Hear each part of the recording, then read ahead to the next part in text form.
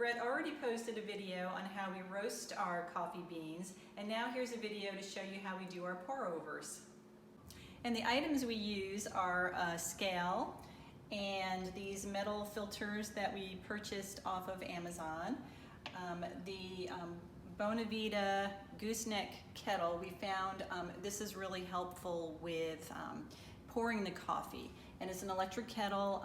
Recommended temperature is 205. This one works perfect for it. We also have a Burr coffee grinder, and we'll show you how we use that in a second. And we have these little containers too, because we like to have fresh coffee, but sometimes in the morning, you know, it can be kind of tough to get up and do all this. So we will grind our coffee at night and stick it in these little containers so it's ready to go in the morning. And most important is to have your coffee beans. These are the beans that we already roasted. And what we do is we put our metal filter on the scale, and we like this metal filter, which we purchased on Amazon, because it's metal, it's easy to clean, washes easily, the grinds fall out of it easily, and we don't have to use any paper filters with it. And so we put it on the scale, turn it on, make sure it's set to grams. And during our research, it was always recommended like 18 grams of coffee to 240 milliliters of water. We like our coffee a little bit stronger, so we determined that like 21 grams of coffee beans works for us. So we just kind of simply measure it out.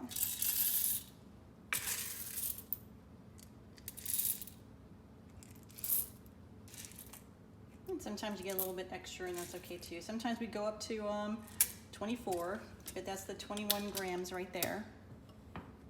And then I take it from there and put it into our grinder.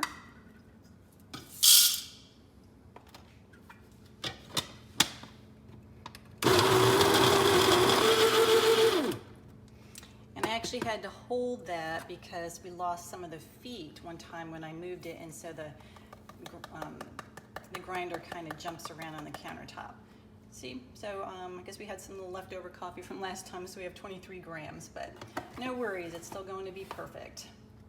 Oh, and one thing to note is we also like the setting on the grinder to be between like around a 12, which is pretty fine because we do like our coffee a little bit stronger.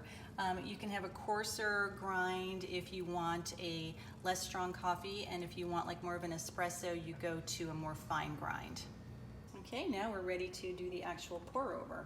So I put the mug on the scale, then I put the filter with the ground coffee grinds in it, and I turn the scale back on because it timed out, and it's currently set to grams, so I want to move it to milliliters, and it's already zeroed out, but if it wasn't, I would just hit this again. And the temperature is going between 205 and 206. It's 205 now, which is perfect. And so I just simply pour it over. And when I get to about 100 milliliters of water, I kind of stop for a minute, let it bubble. They say it's released in the carbon dioxide, supposed to make the coffee taste better. I'm not really sure if that's true or not, but hey, why not do it? I kind of like watching it. It's kind of relaxing. And then the coffee grinds will get a little bit firm. And then once it stops bubbling, then I'll go ahead and put the rest of the water in.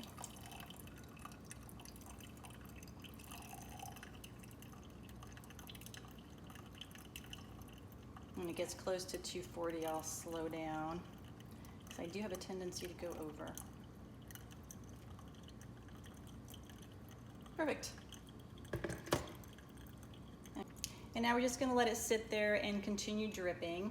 And the 240 milliliters of water is just a little under 8 ounces. So, you know, depending on what kind of cup you use. Okay, so now it has finished dripping. So usually I run this, the mug and the filter over to the sink, take the filter off and put the filter in the sink. But for the purposes of this video, I'm just going to put it on this plate. So that's how we do our pour-overs to enjoy a nice fresh cup of coffee every morning. So hit like and subscribe if you'd like to get more of our videos, and we'll catch you on the next one.